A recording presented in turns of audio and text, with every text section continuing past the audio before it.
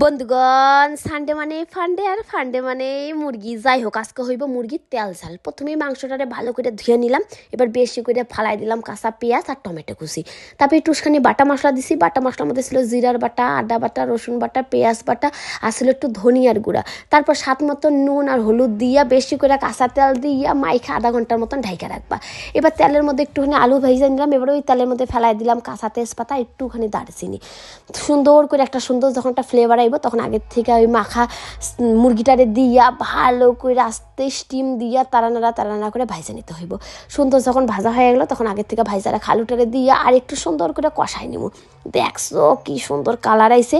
সুন্দর ঝোলমল যখন শুইকে যাইব, একটু তেল তেল বের হইব, তখন ভাববা একদম পারফেক্ট কষানি হয়ে গেছে।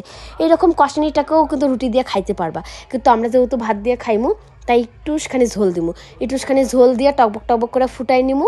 নামানোর আগে একটুখানি গরম মশলা দিয়ে নামাই নিমু। খাইতে সত্যিই হেভি হয়েছিল, দেখতেও যেমন সুন্দর হয়েছিল।